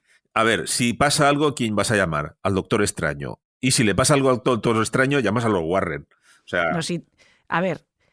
Si pasa algo, ¿a quién vas a llamar? La frase es a los cazafantasmas. Perdóname. Que están por otra parte, resucitada la franquicia y van a son bastante espectaculares. Van a estrenar otra ahora dentro de poquito. Por cierto, estamos hablando de Malasaña 32, que hemos pasado muy de puntillas sobre eso, porque es verdad que evidentemente hablamos de la película porque de alguna forma se inspira en el caso que hemos estado antes contando con Victoria Pascual. Sí. Es decir, en los crímenes del Sastre, en los crímenes de José María Ruiz de la calle Grilo número 3. Pues te tengo que contradecir Pero un poquillo. teóricamente, eso te iba a decir, porque antes hablaba contigo fuera de micro y dices que el director lo pone como en tela de juicio. Sí, porque yo creo que esto se encargó más bien la crítica o las reseñas que se hicieron de la película en su día, que decían, y de hecho el tema viene porque el hombre se entera de que en una casa de Madrid han pasado muchas cosas, pero ya, ¿sabes? El tema de la calle Grilo, tú supongo que ya habréis contado el contexto de todo lo que pasa allí. Eso, no hay un bicho en esa casa, digamos. En esa casa lo que hay es mal ambiente, como que pervierta la voluntad de la gente para cometer crímenes, o que el mal rollo ambiental que hay suscita que los sentimientos sean negativos, ¿no? En esta hay bicho. En esta hay bicho y es en la calle Malasaña, que es de la zona, porque estaban buscando un barrio que fuera representativo del Madrid de la época, que era un Madrid más de trabajadores, ese barrio en concreto, y lo sitúan en el número 32, que no existe porque llega hasta el 30. Aparte que Malasaña es un barrio, sí, no es una calle. O sea, no. Antes se llamaba, Grilo sí puede tener un número, pero Malasaña no lo sé. antes se llamaba el barrio Maravillas o algo así, me parece que se llamaba antes, ¿no? Antiguamente. También, a lo mejor lo que yo acabo de decir ha sido muy aventurado, no siendo de Madrid, y algún secuaz puede decir, no, es que Malasaña debe su nombre a la calle Malasaña, no lo sé, tal vez lo que he dicho yo es muy aventurado. Bueno, el caso es que él dice que efectivamente no está basada, se basaron solamente en casas Malroyen. Pero el tema del Sastre, de las cartas de humo, de la ida de olla del hombre que hace lo que hace con su familia y todo eso aquí no está. Es todo lo contrario. O sea, de hecho no lo ves por ningún lado. Esta película tiene una premisa bastante distinta, y es que una familia de Extremadura se va del pueblo, se asienta en Madrid para iniciar la vida desde cero, porque han tenido que salir pitando del pueblo por una movida familiar. Y ya te digo, y se meten en la casa donde ha muerto una persona que ha dejado una impronta negativa, y es lo que les machaca, pero no tiene nada que ver con la otra prácticamente. Esta es una peli que hasta hay algún momento que es hasta un poquillo deprimente, porque es todo el rato insistiendo en el mismo... todo el rato hay una tensión, como que no hay momentos, digamos, los altos y bajos que permiten que te relajes entre escena y escena, a veces no existen, ¿no? Es todo un continuo de tensión que a veces agota un poco, ¿no? Y luego ese final efectista que ya te digo yo que a mí no me convence mucho, y que tampoco entiendo muy bien cuál es el personaje o qué expectativa tiene el personaje que hace Concha Velasco al final también, que la veo un poco sobreactuada y un poco fuera de lugar, ¿no? Uh-huh. Pero bueno, aquí hay una cosa divertida que estaba leyendo, y decía que el personaje del que hace de padre, que se llama Iván Marcos, este chico cuando le contaron, le dieron el guión y le dijeron que tenía que hacer de un personaje de pueblo, extremeño, que van a la ciudad, el tío se muda a Extremadura a pillar el acento, se tira allí el hombre una temporada conviviendo con la gente para pillar el acento, y se presenta al rodaje, y claro, todos los demás personajes de su familia también son de Extremadura, pero eso no lo ha hecho nadie. Con lo cual, él es el único que tiene el deje y le toca tirar a hacer gárgaras todo lo que se ha machacado el acento, porque los demás no lo tienen, ¿no? Es un poco puñeta eso. Luego la protagonista, que se llama Begoña Vargas, es una chica que en ese momento tenía 20 años, pero interpreta a una de 17. Cuando la ves, dices, ni de coña. Ni de coña tienes tú 17 años, ¿no? Que ahora la podemos ver en el spin-off de La Casa de Papel, que se llama Berlín, y ahí hace de pibón. Uh-huh. Pero vamos, que ni de lejos cumple con los 17 años. Bueno, el caso es que se meten allí en la casa, hay niño, hay momento televisión con niño, que bueno, te va recordando pues escenas de Poltergeist o escenas de esto, o incluso hay algunas escenas que si la película se hubiera hecho después de Insidious, pensarías que se han copiado de Insidious, porque hay cosas que, bueno, yo supongo que es común al género, que al final tampoco se puede hacer tanto con una casa mal rollen, ¿no?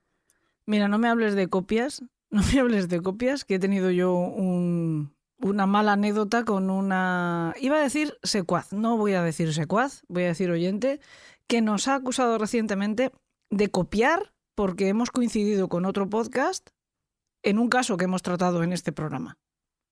No hay nada más absurdo que eso, Hombre, lo siento. Está bien que lo Hablamos digas. de Crónica Negra y cuando se habla de Crónica Negra es lógico coincidir unos, otros, el de más allá. Dentro de poco pues habrá algún otro que trate este caso o otro caso que... No hay nada más absurdo. Mira, el otro día... Pero el problema fue las maneras. Yo lo decía también en Twitter hace poco. A nadie nos gustan las críticas. Quien diga que le gustan, pues o tiene un talante maravilloso o está contando una pequeña mentirijilla. Porque no nos gustan las críticas, las aceptamos porque las tenemos que aceptar. Yo pero... no las acepto, ¿eh? O sea, yo solamente acepto las que me parecen que tienen base lógica. No, a mí no me gustan y me gustan menos todavía las que tienen razón. Pero no porque la persona que las haga me ofenda, todo lo contrario, sino porque me disgusta precisamente yo haber metido la pata. Cuando alguien te hace una crítica dices, jolín, es verdad, tienes razón, no lo he hecho bien, y te disgusta.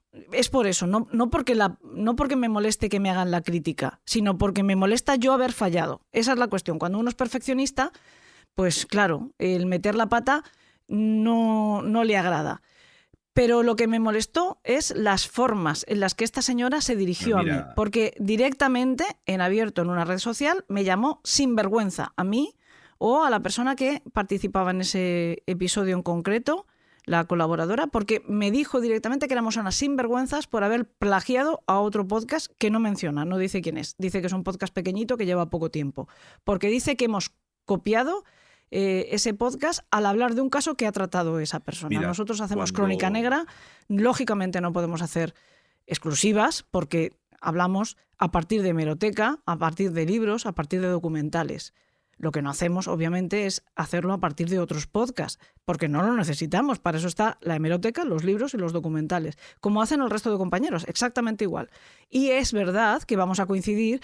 Yo voy a ir delante, otro día va a ir delante otro día va a ir, vamos a ir coincidiendo. Qué bonito es que nuestros oyentes, que pueden escucharnos a nosotros y a todos los demás, puedan oír cómo contamos nosotros el caso X, después cómo lo cuenta Clara o cómo lo cuenta otro compañero, y vayan, a partir de los matices que damos unos u otros, completando la historia. De eso se trata. Sí, el mapa completo lo puedes hacer a partir de escuchar varios programas, el mismo caso o no. Eso ya es elección de cada uno. Pero que tú te dirijas a mí acusándome directamente y encima insultando, eso no lo permito.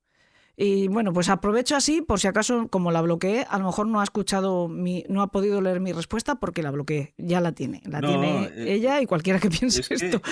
A mí me parece que nosotros contamos algo en antena y también tenemos derecho a no estar de acuerdo con lo que la gente opine. O sea, yo no tengo por qué pedir perdón por todo lo que a alguien le pueda parecer mal. O sea, es como el otro día, a mí una también me vaciló mucho, porque decía que yo había dicho que íbamos a ir a los Oscars con un corteo que habíamos hecho tú y yo de Indiana Jones hace años, y la tía me decía que yo era un ególatra, que se me bajaran los humos, que tal. Pero vamos a ver, no eres capaz de entender que es una broma. Y también me estuvo buscando las vueltas y al final también la mandé a tomar por saco, porque es que no se merece otra cosa. Que te pongo un pito, que eso sí que es un poco gordo, grueso lo que has dicho. De todas maneras, me temo que en ese caso en concreto, me da la sensación de que, por lo que sea, no le caías bien. Pues soy una maravillosa persona, pero bueno. Es verdad. Para ser tan prescindible... Bueno, pues... No, pero sí, es verdad. No, yo no sé por qué ahí yo percibí cierta inquina y no debió de entender la broma. Como con ese corto no podemos ir a los Oscars ni a ningún sitio. Creo que no podemos ir ni al portal. Lo bien que nos lo pasamos haciéndolo. Efectivamente, que era de lo que se trataba. Pues hablando de otros podcasts, mira, el otro día, por ejemplo, a Santiago Camacho mencionaba algo sobre la calle Grilo que me hizo gracia. ¿Ah, sí? Y te lo voy a contar Madre mía, le hemos copiado. Pues, Ay, pese Santi, a que lo siento. esa reflexión ya la hizo él. Pues que resulta que en la calle Grillo, en el edificio en cuestión donde pasó todo esto del sastre y tal, había un piso en venta y no había manera de venderlo. El inmobiliario lo puso a un precio razonable, pero no había manera de venderlo. Y entonces alguien porque aquí en España hay obligación de decir si en un sitio ha pasado algo, etcétera, eso, Ajá. creo tener entendido. Entonces, claro, sabían qué piso era, porque si hay un piso conocido en España, Sí, es el número 3 de la calle Grillo. es el sí. de la calle Grillo. Entonces, resulta que la inmobiliaria lo que hizo fue ponerlo, el precio y el pico era 666 y decía, si quiere vivir una experiencia que flipe a sus amigos, pille el piso donde pasó todo lo que pasó en la calle Grillo. Y bueno, parece ser que eso funcionó bastante mejor que el A saber quién vive ahí. tirar ¿no? balones fuera, ¿no? Pues no sé quién se lo habrá comprado, pero ya te digo que frikis hay de todos los colores y para todos los gustos. O sea que igual hay alguno que... No te digo yo que los cantantes... ¿Tú te acuerdas de la época de Aleister Crowley y toda esta gente que iban comprando mansiones, los cantantes de rock? De hecho, tengo entendido que hay espero no estar diciendo ninguna mentira. Es la segunda vez que me disculpo por algo así en el programa de hoy, pero es que confío demasiado en mi memoria. Igual no debería hacerlo. Yo leo algo, es verdad que tengo efectivamente una memoria bastante buena y cuando leo algo suelo retenerlo. Entonces me tiro a la piscina y algún día me voy a llevar una mala sorpresa. Pero bueno, ¿ves? Ese tipo de crítica, si alguien me la dice, la voy a aceptar perfectamente. Bueno, pero porque eso es algo que dices un poco de Pues memoria. me parece que... Así, ¿no? Me parece que leí que el presentador de este programa que hay que creo que se llama Cazafantasmas o algo así, que es un grupo de investigadores de fenómenos paranormales, que es como muy espectacular, Sí. que se meten en casas y el tipo va provocando, ¿no? Se meten en casas y en lugares Sí. con leyenda o que ha ocurrido hechos luctuosos y el tipo entra como chuleta, ¿no? Y provocando a los A ver fantasmas. si tienes narices de exacto, vacilarme si estás a mí, aquí, ¿no? exacto, pégame un empujón, empújame por las escaleras, tal, ¿no? Creo que ese tipo se compró una mansión también con bicho, con fama de estar tremendamente poseída y no sé qué, y se hizo sus reportajes posando con la misma actitud chulesca de los... Espero que siga bien. Y Espero luego por que- la noche enciende la luz del váter, por si acaso le da Duerme con la luz encendida, le da cague. con un pilotito de esos de Ikea con forma de elefantito. Oye, pues yo en alguna ocasión he dormido con la luz del váter encendida porque se te olvida dónde estás, te levantas y te metes una leche con la esquina de un mueble en la rodilla a las 3 de la mañana y no mola. Entonces yo a veces la Ay, dejo con ya lo a lo grandote lejos. que eres. ¿Será posible con lo grandote que eres? Sí, Y que sí. tengas miedo. Sí, No pero- me lo puedo creer. No, miedo no, miedo a dejarme una rodilla en... Sí, ahora lo llaman así. Bueno, prescindible. Dime. Que ya hemos acabado con Malasaña 32 y estamos empezando a divagar. Y luego vendrá Espi y nos regañará. Bueno, Con razón. pues nada. Que muchas gracias. A ti, por acordarte de servidor. Uy, por acordarte de servidor. Pero ¿te tengo yo alguna vez fuera de mi punto visual? No, sí, la verdad es que últimamente tengo unos ataques de trabajo importantes y me dejan poco tiempo para prepararme secciones y cosas de esas, pero jope, me hace mucha ilusión salir en el programa y tener alguna cosa que contaros. Lo que sí que estás haciendo es alejarte y acercarte mucho del micro, que también es un clásico en ti. Es que estoy dibujando mientras hablo. Y algo que no sé si saben los secuaces, si lo hemos contado alguna vez, es que aunque Salva la Roca no salga siempre en el programa, está continuamente en la retaguardia, porque yo voy trabajando en Elena en el País de los Horrores con una segunda pantalla y un chat donde hablo con él y hablo también con Manu Carballal y les, pues hago muchas consultas. Somos el Majestic 12 de Elena del País de los Exacto. Horrores. Nosotros somos los hombres en la son sombra. Exacto, son el cerebro de esta operación. Yo simplemente pues ejecuto, pero ellos son el cerebro que hay. Eres una marioneta en Soy manos una del poder. marioneta. Efectivamente. Lo dicho, que muchísimas gracias y un besote muy grande. Otro para ti y otro para vosotros. Elena en el país de los horrores. Con Elena Merino en Podium Podcast. Ya saben que siempre me maravillo y me felicito, o nos felicito a todos nosotros, incluyéndoles a ustedes que también lo disfrutan junto a mí, de la suerte que tenemos por la respuesta fantástica que nos dan siempre nuestros escritores del Club de los Marineros Muertos. No sé si fue en el último programa que yo les moví un poquito la cortina, dejándoles entrever algunas buenas noticias que estaban por venir, pero sin contarles nada más que eso. Pues hoy me voy a atrever a hacer un adelanto un poco más sustancioso, aunque tampoco pueda dar una información demasiado concreta. Vamos allá. Trabajamos actualmente en poder sacar una pequeña selección de los cuentos del Club de los Marineros Muertos como libro. Sería una edición también económica, como lo son la colección del País de los Horrores, que por cierto en breve también estará a la venta el volumen número 3. Ninguna de las dos cosas tiene fecha aún. Sí les puedo decir que el volumen número 3 de la colección de La piel del asesino verá la luz antes, pero bueno, a mí me hace una ilusión tremenda que además puedan tener en breve un trocito de este club en sus casas. Y el cuento de hoy lo ha escrito precisamente quien lo está haciendo todo posible, que es el editor del País de los Horrores, que además es un magnífico autor de relatos, Víctor Alós, quien se dejó inspirar por la pesada historia negra de este edificio para escribir su relato La inquilina, de Antonio Grillo, número 3.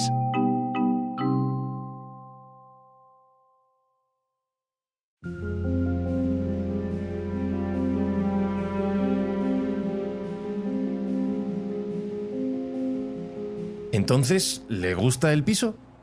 La voz del hombre me sacó del ensimismamiento. Sí, está bien. Tiene mucha luz y está en un barrio inmejorable de Madrid. No crea que hay muchos pisos de estas características y con este precio, ¿eh? Es una ganga. Volví a mirar el amplio salón que efectivamente se bañaba en el sol del mes de mayo que entraba por las amplias puertas que daban al balcón. No tiene mala pinta. Se ve bastante arreglado. Y no parece tan viejo como otros que he visto estos días. Se renovó toda la instalación eléctrica hace solo 5 años y se cambió el diseño, así que es bastante moderno. Se pusieron muchos enchufes que ahora son indispensables. La sonrisa del empleado de la inmobiliaria ya adelantaba la codiciada comisión que iba a cobrar por alquilar el piso. ¿Barato? ¿A ese precio? Bueno, me iba a dejar engañar, porque necesitaba un piso donde vivir en la capital y sí, tenía un precio más contenido que otros que había visto por la zona. Una zona transitada, pero tranquila, y alejada de las rutas turísticas que tanto me molestaban. Bien, pues estamos de acuerdo. ¿Cuándo podría estar todo listo? Aún así, le pilló por sorpresa. Si me trae esta semana la documentación, la semana que viene podemos firmar el contrato y en otra semana ya puede instalarse. Bien, mañana le haré llegar todos los papeles y espero poder estar instalada en unos días. Seguro que sí. La cara se le iluminó y no le vi los símbolos del euro en los ojos como en los dibujos animados porque bajó la mirada hacia la carpeta que llevaba en las manos, donde estaba apuntada en boli rojo la cifra mínima que podía aceptar por el alquiler.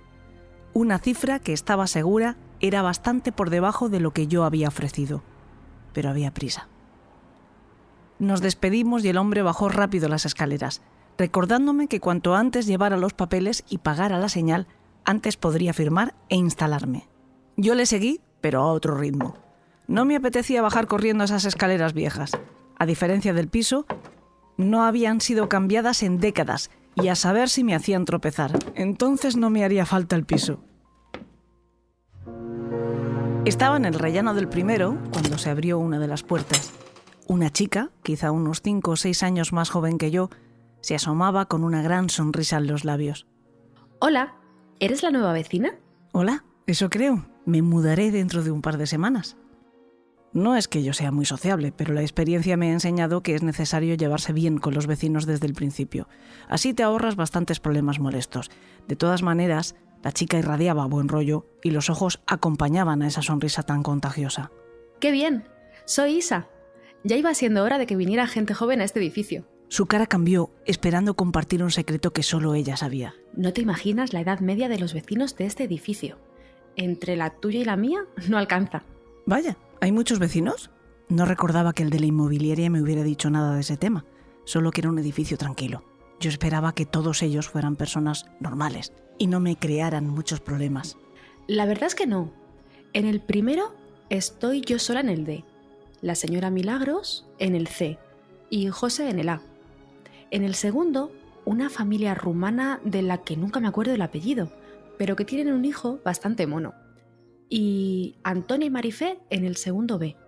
Son cantantes. O lo eran, vamos. Ahora no paran de fumar tabaco negro y lo que les canta es el aliento. Y creo que estás en el tercero D, ¿no? Vaya con la chica. No se acordaba del apellido de los del segundo, pero me tenía controlada. Sí, lo vi el otro día y ahora he vuelto a visitarlo y me lo quedo. Genial. Verás cómo lo pasamos bien cuando te instales. Ya tengo ganas. La idea de socializar con los vecinos no entraba en mis planes, pero tampoco se lo iba a decir ahora. Me gustaba el edificio, me gustaba el piso y me gustaba que hubiera pocos vecinos. Era ideal para mi nueva vida en Madrid. Bueno, ya iremos viendo, que tengo que acomodarme. Oye, encantada de conocerte. Isa, soy Isa. Qué ganas tengo de que te instales. Nos vemos pronto. Me despedí de ella y bajé hasta la calle. La calle Antonio Grilo se abrió ante mí. Tan curiosa, tan común y tan transitada como cualquier otra de estas calles del centro de Madrid. Delante había un desangelado solar, aunque sabía que en otra época se levantaba un edificio muy similar al que acababa de abandonar. Un edificio que tenía algo especial. Lo había conocido antes, mucho antes. Aquí pasé mi niñez y jugué con alguno de los vecinos. Pasé parte de mi adolescencia en él. Me hice mujer en una habitación desvencijada y en él soñé que me retiraría. Hoy vuelvo a él y todo parece igual. Las sirenas sonaban a lo lejos, acercándose, buscando las luces de otros vehículos de emergencias que estaban en la puerta del edificio marcado con el número 3 de la calle Antonio Grilo. La angosta calle no daba para mucho y la gente se arremolinaba en ambos lados de las vallas colocadas por la policía municipal. Los agentes de la Nacional eran menos, más discretos, pero con una presencia más notable. En el suelo, el cuerpo de Isa convulsionaba mientras intentaba retener el último hálito de vida que le quedaba. Un agente de la Nacional, joven, se asomó a la ventana del segundo B y vomitó todo lo que llevaba en el estómago. No le cayó encima a Isa por puro milagro. Gritos, reproche, vergüenza. En realidad nadie podía recriminarle nada al novato. Lo que se encontró dentro del piso habría hecho vomitar al más veterano de los agentes. ¿Quién iba a imaginar que Isa, tan jovial, tan alegre hacía solo unos meses, era capaz de semejante brutalidad? Sonreí asomada desde el balcón del tercero D del número 3 de la calle Grilo y me retiré al salón. Había recorrido muchos edificios en muchas ciudades en busca del alimento que me daba la desesperación y el miedo. Pero desde aquel año, cuando la cabeza de aquel camisero tan respetado se rompió bajo el martillo que empuñó un cliente descontento, ningún plato era tan deseable como este. El mismo cliente que yo misma había espoleado contra él y que el camisero no podía soportar, aunque le dejara bastante dinero en cada pedido. Ese día se sació mi ancestral apetito, los años retrocedieron y la juventud volvió. Y cuando me hizo falta saciar de nuevo el hambre, volví al mismo piso que ocupo ahora. Me dediqué a hacer ver a ese sastre que la vida sería mejor sin su familia. Me alimenté de su miedo, de su ira y de la desesperación que encontró cuando lo hubo hecho. Esta vez me he divertido más. Un ángel, un ser de luz y positividad, ha acabado con la vida de dos amantes cansadas de existir. Un cóctel de miedo, dejadez y corrupción, mi favorito. Esto me va a dar energía para mucho tiempo. Espero que este edificio, mi preferido, siga en pie dentro de 15, 20 años.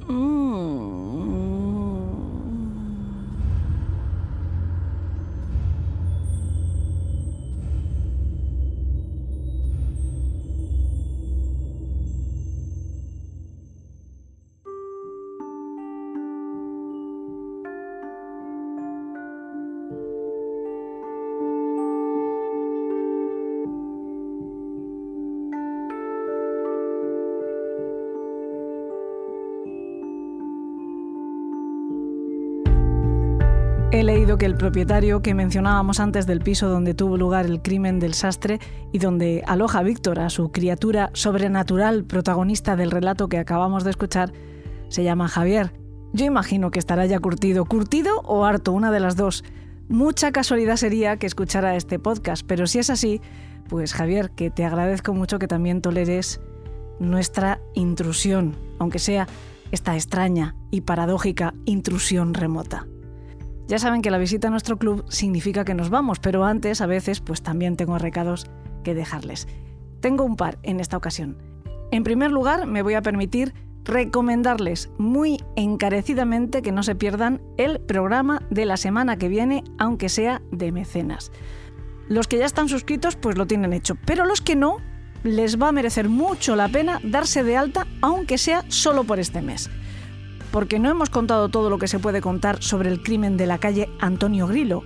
La parte más extraña, la parte más misteriosa de este caso, que entronca directamente con uno de los fenómenos más clásicos y más dramáticos y criminológicos de la historia de la ufología española, la contaremos en el próximo programa.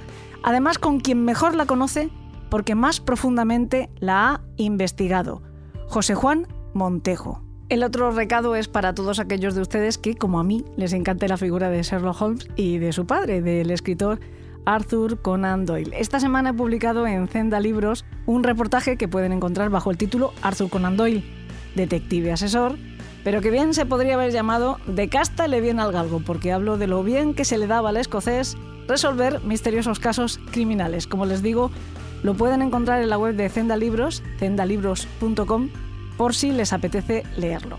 Y nada más que dar las gracias de nuevo a Victoria Pascual, a Víctor Alós, a Yes We Cast y a nuestro editor Alberto Espinosa y a todos ustedes. Hasta la semana que viene, que tengan dulces sueños.